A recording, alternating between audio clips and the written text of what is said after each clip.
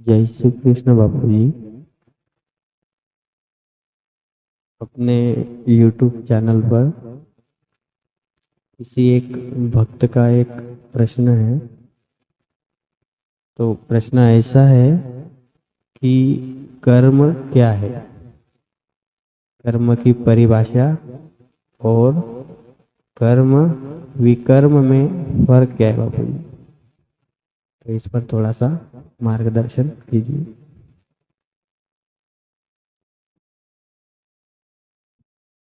जी,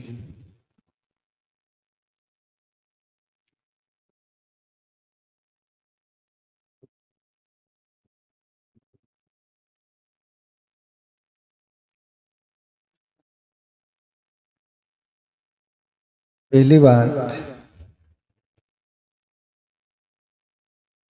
हमारे जिंदगी से जुड़े प्रश्न होते हैं और जिंदगी के प्रश्न होने भी चाहिए। और जिंदगी के प्रश्न वो हमारे अपने होते हैं, इसलिए दिल को भी छूते हैं और उस पर सूझबूझ भी आती है और हमें पता चलता है कर्म क्या होता है, अकर्म क्या होता है।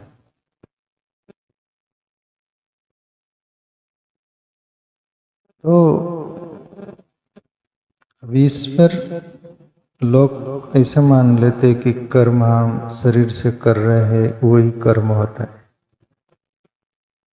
उसी को ही हम कर्म मान के चलते हैं, जीते हैं।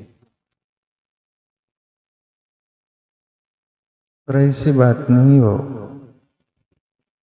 उसमें और भी राज है। जैसे मान लो कि हमारा शरीर है, वो जो कर्म करता है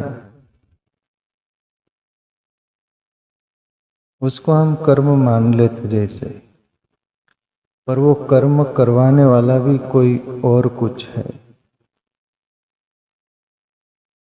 जो कि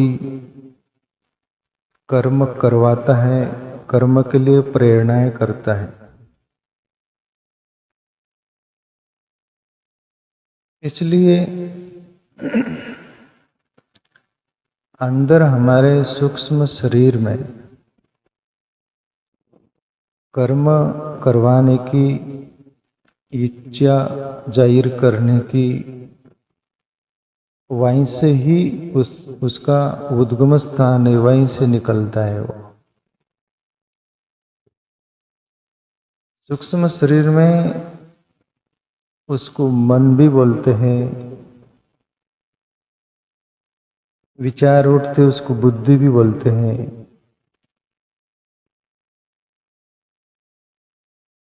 और वो अंतकरण से ही उबजते हैं और शरीर पर अटैक होता है और शरीर उसको अंजाम देता है।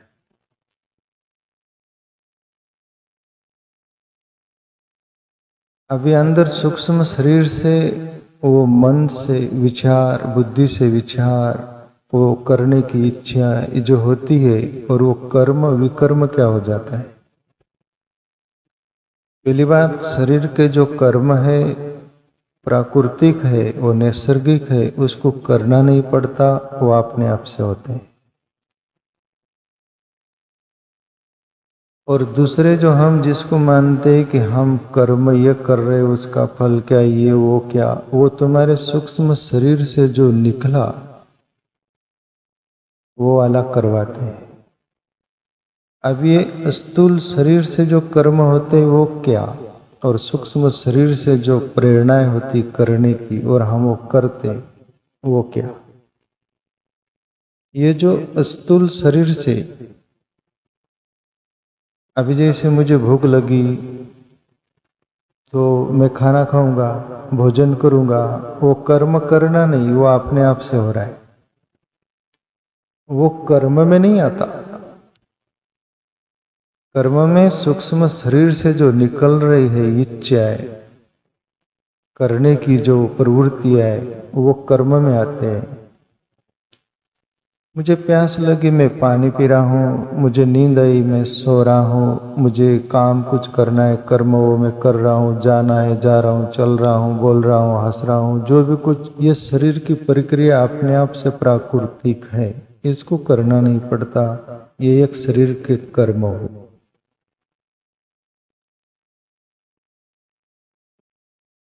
अभी आके पल के झपक रही, बंद कर रही, इसको तुम गणित लगा रहे क्या? कुछ सोच रही इस पर? और ये जो मैं बोल रहा हूं तुमको आश्चर्य जैसे हंसी जैसा ही कुछ गणित बैठा है क्या?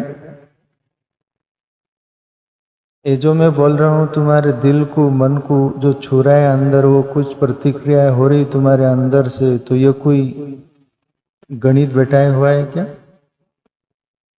तुम्हें प्यास लग रही, पानी पीने गए, पानी पी लिए, ये कोई तुम गणित बैठा के किए क्या? तो ऐसा शरीर से जो भी कृत्य हो रहे वो प्राकृतिक है, वो कर्म नैसर्गिक है। वो एक अभी सूक्ष्म शरीर से कर्म करने की प्रेरणा कैसे मिलती है और उसके कर्म विकर्म क्या बनता है, हमारा प्रारब्ध क्या बनता है और अभी जीवन में भी उसका प्रतिफल क्या दिखता है, उस पर गौर करने जैसा है। अभी अंदर सूक्ष्म शरीर से जिसको मन बोलते, विचार बोलते, बुद्धि बोलते, वहां से ऐसी प्रेरणाएं होती कि आपने कुछ चोरी करना है। कि तुम्हारे शरीर ने बोला क्या? ये बोलने वाला और कोई है। इसमें कोई लोग बोलेंगे कि कोई शैतान करवाता है, परमात्मा करवाता है, परमात्मा रिकामा नहीं इस काम के लिए, कोई शैतान को भी कोई काम धंधा होगा, वो अपना काम धंधा छोड़ के तुमको क्यों तुम्हारे पीछे पड़ेगा? और तुम्हारे सूक्ष्म शरीर में वो संस्कार पड़े हैं, वो सब कुछ पड़े हैं, उसके हिसाब से जैसा तुम्हारे जेब में जो कुछ होगा वही तो निकलेगा। तुम्हारे झोली में तुम्हारा संदूक, तुम्हारे बैंक में क्या रख रखे वही तो निकलेगा। जहां भी तुम रख रखे हो वही निकलेगा, दूसरा नहीं निकलने की संभावना। ऐसे ही हमारे शरीर में एक सूक्ष्म शरीर है, उसमें जो पड़ा है वही हमारे पर प्रभाव डालता है और हम करने के लिए मजबूर हो जाते हैं। इस सूक्ष्म शरीर के अंदर जो हमारा जन्म मरण का चक्कर चलते रहता है कर्म विकर्म के कारण, तो अभी जैसे तुम्हारे अंदर से भला करने का बुरा करने का ये दोनों ही अंदर से निकलते, अब उसको भी कोई साक्षी देखने वाला है, वो कुछ बोलता नहीं बाकी देखता है, उसके एक्शन वो न बोला जाए, केवल इफेक्ट ये इस तरीके से होते हैं। जैसे मेरा दोनों हाथ है, एक हाथ की तरह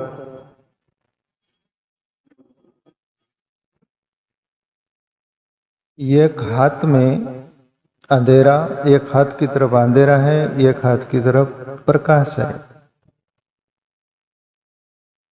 वो प्लस वो फ्लस जो बोलते हैं ना, वो जो गिरते हैं वो फ्लस ही बोलते हैं ना, फ्लैश। हाँ ठीक है ठीक है। अंधेरा का एक तरफ गिर रहा है, एक तरफ प्रकाश का गिर रहा है। वैसे ही हमारी अंतरात्मा जो है साक्षी रूप में वो ईश्वर बैठे रहते हैं, वो देखते रहते हैं, केवल उनका फ्लैश पड़ता है, प्रकाश अंधेरा, वो जो दोनों होते हैं। बुराई यदि है तो वो तरंग ऐसी निकलती है हमारे तरफ, वो बोलती है कि बुरा है, और एक तरफ भला का हो तो प्रकाश के रूप में निकलती वो प्रकाश जैसा कि ये सही है। बाकी जो वो केवल इशारा कर रहे हैं वो आत्मा है अपना, परमात्मा स्वरूप वो करता धरता से परे है, वो तुमको करने का भी नहीं बोलता और नहीं करने का भी नहीं बोलता, केवल प्रकाश के स्वरूप में दोनों देता है, अंधेरा और प्रकाश। तुमको क्या करना है तुम चुनो। आत्मा क्या है, सूक्ष्म शरीर क्या है, कहां से हमारे प्रश्न उठते हैं, वो कर्म के लिए, और कौन देखता है, ये सब बारीक सूक्ष्मता से। तो सूक्ष्म शरीर से तुम्हारी जो प्रारब्ध कोई जन्म जन्म के वो संस्कार है, आप भला बुरा जो करते, कभी कभी हम भला करते हमको लगता है हम भी भला कर रहे हैं, दूसरे को भी लगता है कि भला कर रहे हैं। कुछ चंद लोगों को समझता है, सबको नहीं। चंद लोगों को समझता है, सबको नहीं। वो कैसे? उदाहरण देता हूं। कर्म और विकर्म कैसा होता है और उसमें विवेक क्या होता है। विवेक वैसा ही होता है, अंधेरी रात में तुम चल रहे हो, तुम्हारे पास टॉर्च बैटरी को हो तो जहां लगाना चाहिए वहां लगा दो। तुम सोचोगे मेरा ये रास्ता देखा हुआ है, मैं बिना बैटरी का चला जाऊंगा, वहां पर कभी सांप भी पड़ा होगा, बिच्छू पड़े होंगे। तुम सोच रहे कि हम बराबर जा रहे हैं, ये रास्ता अपना देखा हुआ है, सही भी है, पर नहीं, अंधेरी रात में तो टॉर्च रूपी विवेक। वैसे हमारी जिंदगी में विवेक चाहिए हर कृत्य के पीछे। हम ये कर रहे हैं, इसका परिणाम क्या, इसको बोलते हैं विवेक।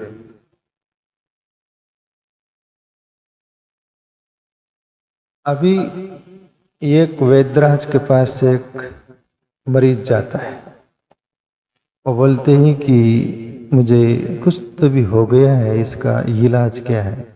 तो उसको ऐसी बीमारी थी जो शरीर पर शहद लगा दे और वो ठीक हो जाए। 12 घंटे शहद लगाकर जमीन पर पड़ा रहे, वो बीमारी ठीक हो जाएंगी।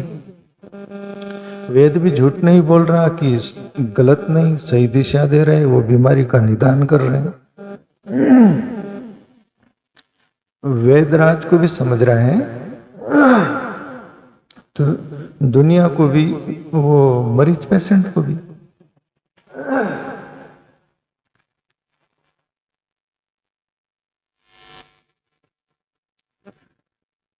जैसे फिर वेदराज को भी समझ रहा है मैं सही कार्य कर रहा हूं और इसका निदान है, वो मरीज को भी समझ रहा है सही, लोगों को भी लगेगा सही है, गलत नहीं है। पर देखो कर्म में विकर्म क्या होता है, उसमें विवेक न हो तो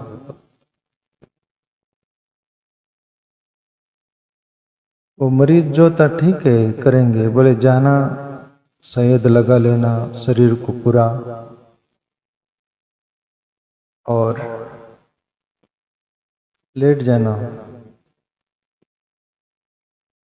व्यक्ति शहद लगा लिया, जमीन पर गिर गया है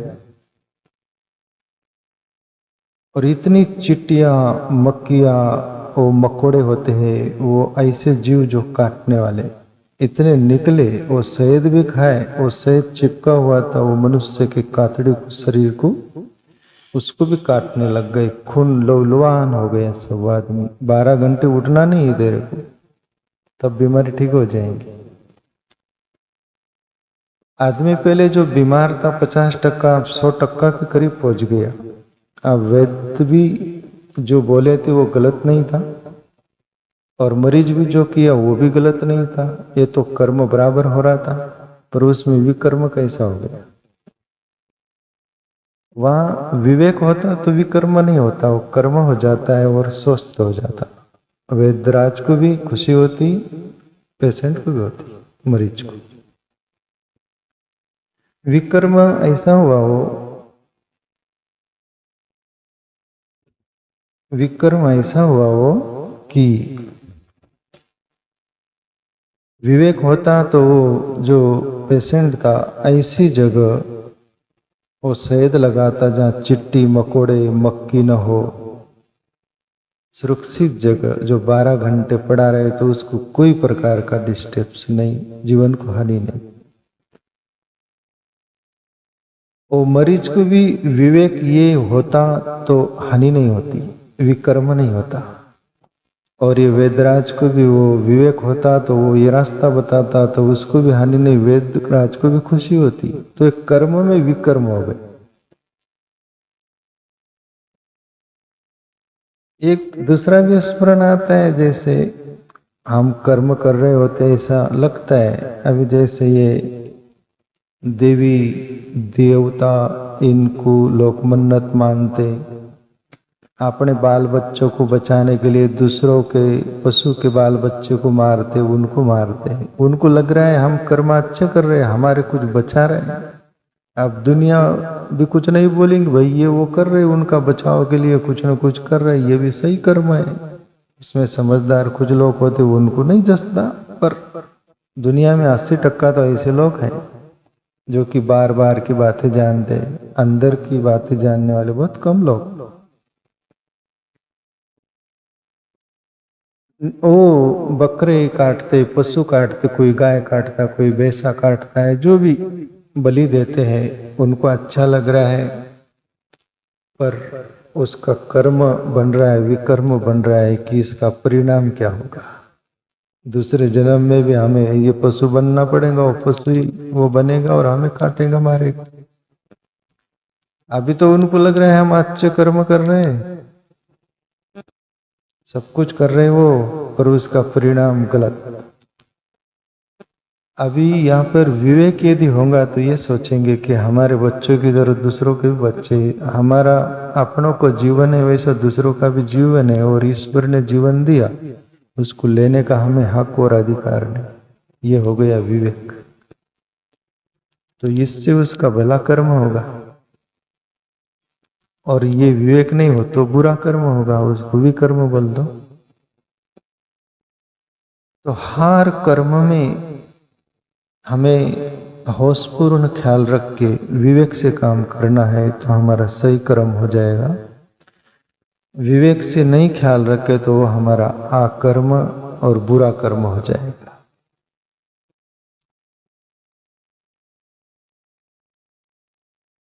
जैसे मान लो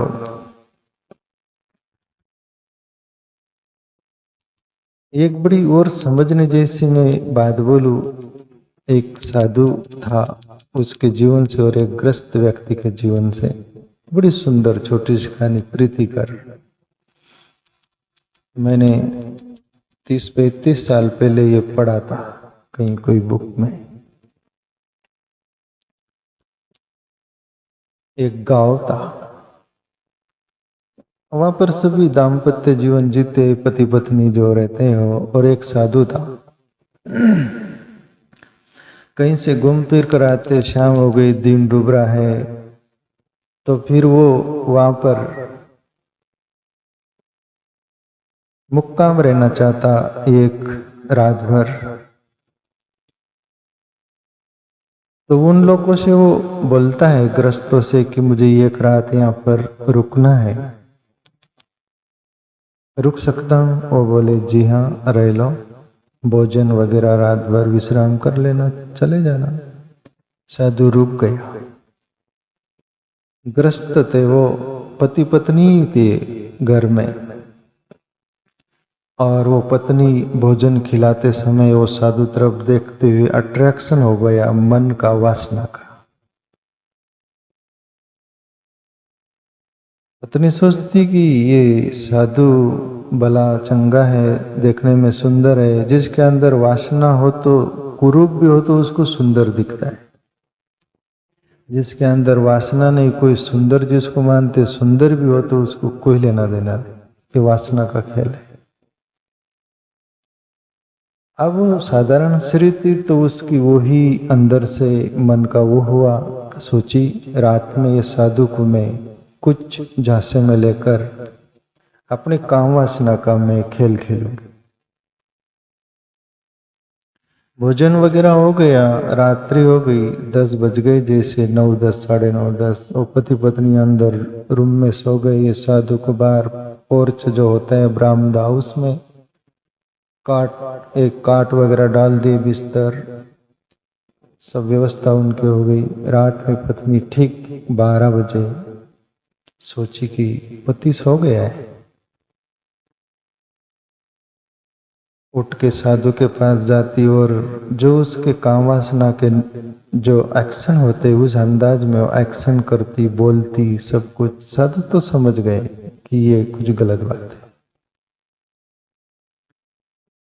और श्री बहुत जितना उसको कोशिश करना चाहिए उतना वो करती है, और की।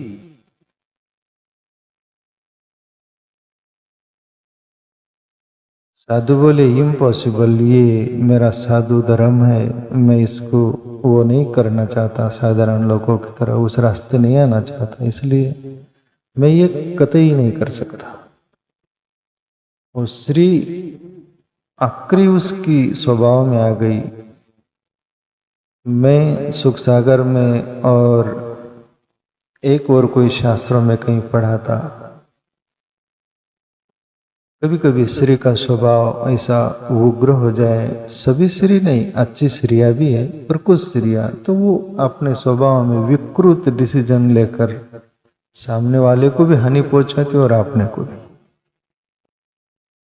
वो स्त्री वो साधु से बोलती कि मैं जो बोल रही हूँ वो यदि आपके ख्याल में नहीं आ रहा साधु बाबा, तो फिर मैं मेरे स्वभाव में आकर मुझे क्या करना है मैं वो कर सकती हूँ, आप मान जाइए सहज। और बोली कि आप कुछ भी कर लो, ये नहीं होगा। बहुत कुछ बातें होती, जो बोलते हैं ना आखिर कोई भी बात खींचो ज्यादा तो वो टूट जाती है और कुछ हो जाता है। वो इसी अंदाज में श्री ने वो अपनाया उसका फेतरा।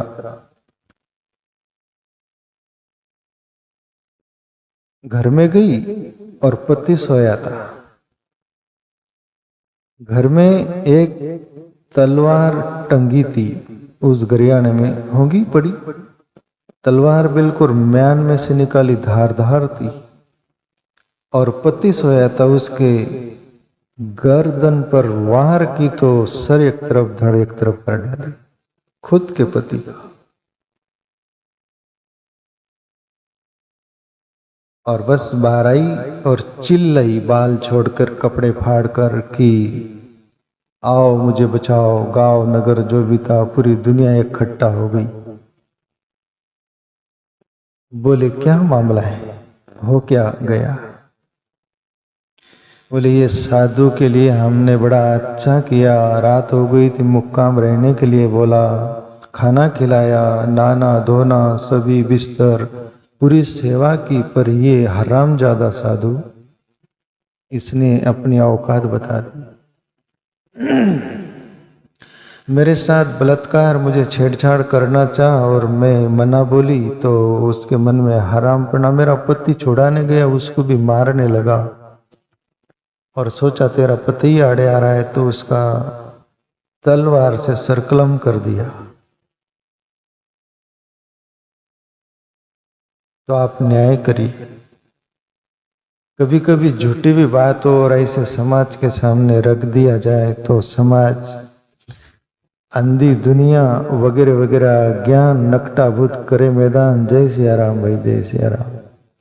इस अंदाज में दुनिया का एक्शन हो जाता है। चप्पर से खप्पर गिरा, गंडक भोका एक भोगते सब भोगते। जय सिया राम भाई, जय सिया राम। एक कुत्ता जुन्ना मकान गांव के बाहर था, वहां सोया था गहरी नींद में, ठंडी की लहर में। छप्पर था, खप्पर गिरा, कुत्ता सोचा कोई खतरा है, चिल्लाया। इतना चिल्लाया तो मोहल्ले का कुत्ता भी चिल्लाया कोई खतरा है अपनी बिरादरी पर। तीसरा मोहल्ले का, चौथा मोहल्ले का, पूरा गांव नगर, पूरे नगर के कुत्ते चिल्लाए। कुत्ते में न्याय बैठा, न्याय किस में नहीं बैठता, मनुष्य के वहीं बैठा, ऐसी बात नहीं है। सब उनकी बिरादरी इकट्ठा हुई, उनका नायक जो था बॉस। देखा जाए, सोचा जाए आखिर किस बात पर ये भौंका गया। येरे गेरे नत्तू खेरे सब बोले जी हाँ हे मालिक, आप तो हमारे बॉस हो, ये जरूर न्याय होना चाहिए, अन्याय कतई नहीं चलेगा।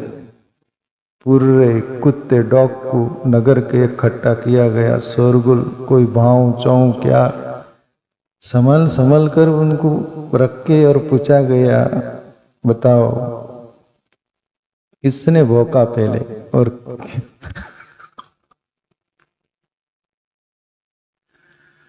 किसने भौंका पहले और भौंका तो भौंका क्यों, कारण क्या था, ऐसी कौन सी आपत्ति थी या कौन सा खतरा था। आप जवाब दीजिए। सबसे पहले वाले तक बात है, वो बोला मैंने भौंका था। तो बोले तू क्यों भौंका था? बोले मैं सोया था, नींद में ऐसा आवाज हुआ तो मैं बोला खतरा है, इसलिए मैं खतरा को टालने के लिए भौंका। बोले तो खतरा क्या था वो मेरे को मालूम नहीं। मोहल्ले के कुत्ते को वो सबको पूछेगा तुम। बोले उस वो भौंका तो मैं सोचा कोई खतरा ही है। पूरे नगर के कुत्ते यही बोले ऐसे खतरा ही है करके हमने भौंका, बाकी राज क्या है हमको कोई मालूम नहीं। ये पहले वाले ही कुत्ते से पूछो, वो बोले मेरे को भी मालूम नहीं, कोई आवाज हुआ। आवाज क्यों हुआ? ऐसे ही दुनिया जो है, करीब दुनिया में 80% उसका राज नहीं जानती। मारना है तो मारो, तोड़ना है तो तोड़ो, जो एक्शन करना है वो करो, कोई क्या मामला है उसके बारे में कोई लेना देना नहीं। सब जमा हो गए साधु बाबा के बारे में श्री न्याय मंगरी पति तो मौत के घाट उतार दी उसमें। अब ये सत्य घटना भी नहीं थी। न्याय करने वाले बोलते सजा जरूर होनी चाहिए। सजा ये कि ये साधु ने तलवार से निहत्थे पति को, अपनी पति का बचाव करते हुए महायुद्ध में मारा गया। लेना न देना मारा गया। इसको न्याय मिलना चाहिए। वो बॉस बोलता है कि मेरे समझ में यही आता है न्याय कि इस साधु के दोनों सर हाथ कलम कर देना चाहिए। तलवार वही तलवार से करना चाहिए जो तलवार से सर कटा है, और उस साधु के दोनों हाथ काट दिए गए। जैसे मैंने कोई वो पिक्चर का थोड़ा शॉर्ट देखा था, कोई है ना वो ठाकुर के हाथ का, सोले है क्या हाथ है, इस तरह बेचारा काट दिया। दोनों हाथ कट गए, बिना हाथ का खड़ा है साधु, खून भी बह रहा है, पर साधु हंस रहा था। ऐसी दुविधा में, खतरे में कोई हंस सकता है क्या? उनके बॉस जो था उसको ऐसा लगा, सबको ही लगा, पर बॉस प्रश्न पूछते हैं तेरे हाथ काटे गए तो हंस क्यों रहा है, क्या राज है? या तो रोना चाहिए था। साधु बोले राज जरूर है इसमें। राज है तो हम भी जानना चाहेंगे। बिना जाने हम सब कुछ कर डाले। अभी तू बिना जाने कोई करे, बिना विचारे जो करे, करके वो पछताए, काम बिगाड़े, अपना जग में होत हंसाए। बापूजी बोलते थे, पाल वाले बापूजी, हम सुना करते तो याद है। कोई भी काम करो तो सोच समझ कर करो, बिना विचार के करोगे तो फिर करके पछताना पड़ेगा, ऐसे बापूजी बोलते थे। बताओ राज। सब लोग बैठ जाओ शांति से। बोलिए शांति से सुनने लायक है, एग्रेसिव आक्रामकता से नहीं कान में जाएगा, दिल में भी नहीं जाएगा। बड़ा राज है, रस से। लेकिन क्या रस से बताइए? उत्सुकता पूर्वक पूछते और साधु बोलते हैं ये बात कर्म पर ही चल रही, वहीं ज्वाइंट होगी, पर कर्म क्या विकर्म क्या होता, उसका परिणाम क्या होता है?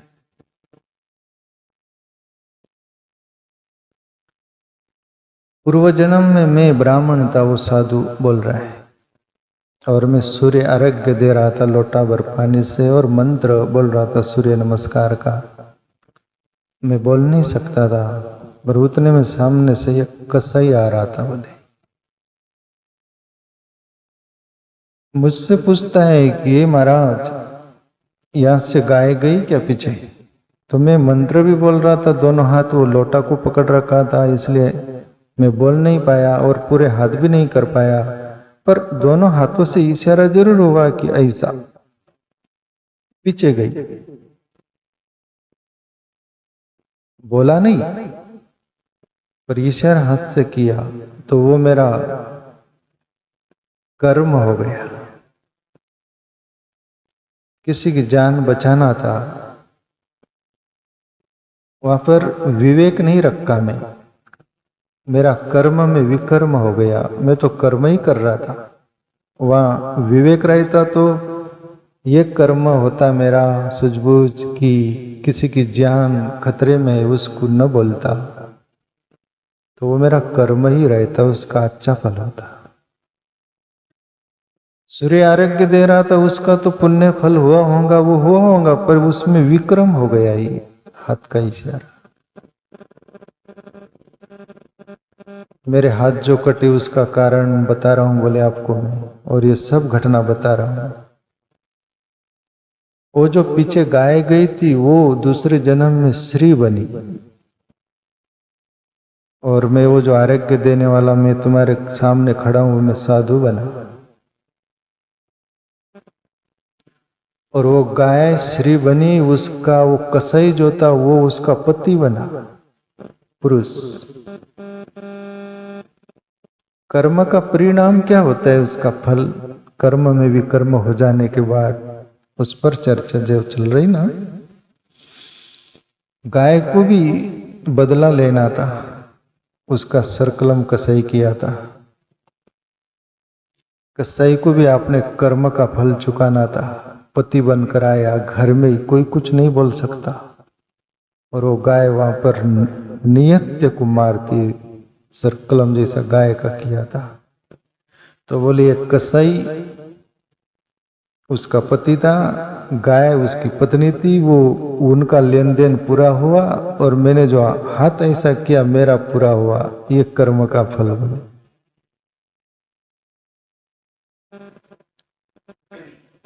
तो कर्म करिए, उसमें विवेक रखिए, हमारा कर्म विकर्म यानी गलत न हो जाए, वो ख्याल रखिए।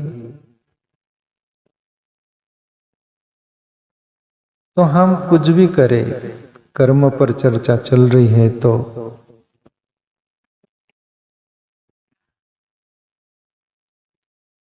कर्म वरदान विश्व करी राका, जो जस करी तस फल चाका। रामायण की 2 चौपाई लेना चाहूँ मैं, कर्म करिए। गोस्वामी बोले कि ईश्वर जिम्मेदार नहीं है, बोले कर्म का तुम ही जिम्मेवार हो। ईश्वर ने ऐसी रचना की कर्म पर डिपेंड, कर्म पर छोड़ दिया गया, तुम जैसा कर्म करोगे उसका फल तुमको ही मिलेगा, फिर भला तो बुरा तो। को कौन सुख दुख देही विदाता, निज कृत कर्म भोगे सबराता। ये रावण को विभीषण बोला था, भैया जो तुम कर्म कर रहे हो ना,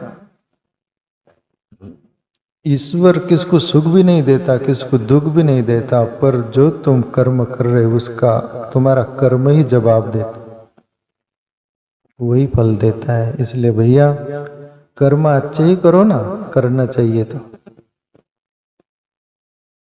सबके अंदर बोले भला करने की भी बुरा करने की भी वो मति गति रहती है, सुमति कुमति सबके उर रही, नाथ पुराण ग्रंथ आस कई, संत कई, सभी संत पुराण शास्त्र भी बोलते, बोले सुमति भी कुमति भी तुम्हारे अंदर है, तुम कुमति के संगत होते कि सुमति के। कुमति के संगत होंगे तो जहां कुमति तहां विपत निदाना, जहां सुमति तहां संपत्ति नाना। जहां कुमति होंगी वहां दुख के पार टूटेंगे। किसको दोष मत देना, वो तुम्हारे कर्म का ही फल है। और सुकर्म होंगे उससे सुमति होंगी तो वह संपत्ति नाना, सुख शांति ना देगी, आनंद शांति रहेंगी। तो रामायण की भी ये चौपाई ये बोली कि कर्म अटल सत्य है।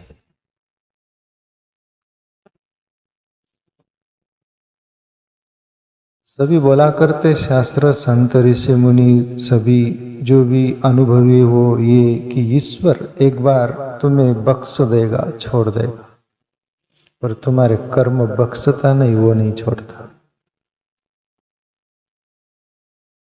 कर्म दो होते हैं ना, एक भला और बुरा।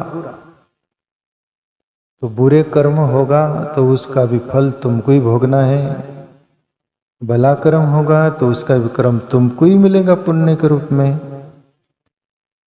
तुम किसके साथ दिलचस्पी लेकर जीते हो? जो बोओगे वो ही फसल कटेंगे। तो ये कर्म की परिभाषा हुई। तो हर कर्म विवेक करके, विवेक से अपन जीना चाहिए, जिएगा तो वो हमारा सभी कुछ संग साथ होगा और सूक्ष्म शरीर के साथ जाएगा और दोबारा भी आएगा। उसका परिणाम अभी भी दिखेगा, दूसरा शरीर मिलेगा तभी भी मिलेगा। इसलिए कर्म पर ही डिपेंड है, उसके साथ विवेक अपन रख के क्या करना क्या नहीं करना। ओके, तो ये तुम्हारा प्रश्न का यहाँ तक आता है और बस यही।